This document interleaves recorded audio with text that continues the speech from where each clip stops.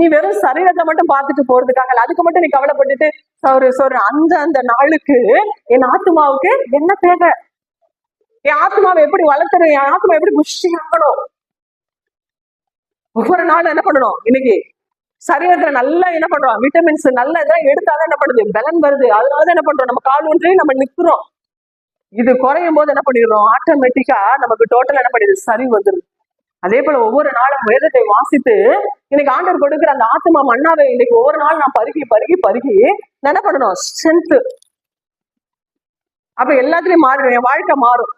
இல்ல இப்ப நான் பொய் பேசுறேன், அப்ப நான் சாப்பிடும் போது என்ன ஆகும், பொய் சொல்ற வாக்க ஆண்டவர் கட் பண்ணிடுவாரு, நாக்க கட் பண்ணிடுவாரு. தேவ சமூகத்துல போய் பேசினா நான் ஒண்ணு மட்டும் சொல்ல, அது நிச்சயமா நடக்கும் பாருங்க. அப்ப நமக்கு என்ன வரும், அந்த வசனம் வாசிக்கும் போது அந்த ஆத்மா உள்ள அந்த ஆகாரம் போகும்போது அந்த ஆத்மா என்ன ஆகும், இந்த நிலை எனக்கு வரக்கூடாது. அப்ப நான் என்ன பண்ணிடணும், உண்மைய பேசணும் ஆண்டவர் சமூகத்துல. இதுதான்.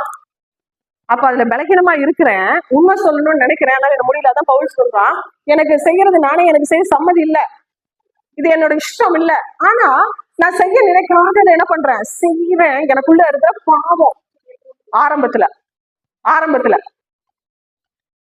ஆனா இன்றைக்கு அவன் சொல்றான், நல்ல போராட்டத்தை போராடினேன், எல்லாத்தையும் போராடி நான் மேற்கொண்டுட்டேன், என்ன எல்லாத்தையும் தூக்கி போட்டேன். எப்படி என் சரீரத்தை என்னால மேற்கொள்ள முடியாம போகும்? நம்ம ரசிக்கப்பட்ட நாள்ல இருந்து கடைசி வரைக்கும் நம்ம இப்படியே இருந்தோம்னா ஆண்டை நம்மளை பார்த்து இது பண்ணுவாரா? இல்ல, ஒவ்வொரு ஸ்டேஜ் என்ன பண்ணணும் நம்ம. இன்னைக்கு அதுதான் இன்னைக்கு நம்ம கிறிஸ்துவை அறிந்து கொண்டமே தவிர நிச்சயமாகவே ஆண்டோடைய வார்த்தை இன்னைக்கு நாமளே இன்னைக்கு சரியா அறிவதில்லை.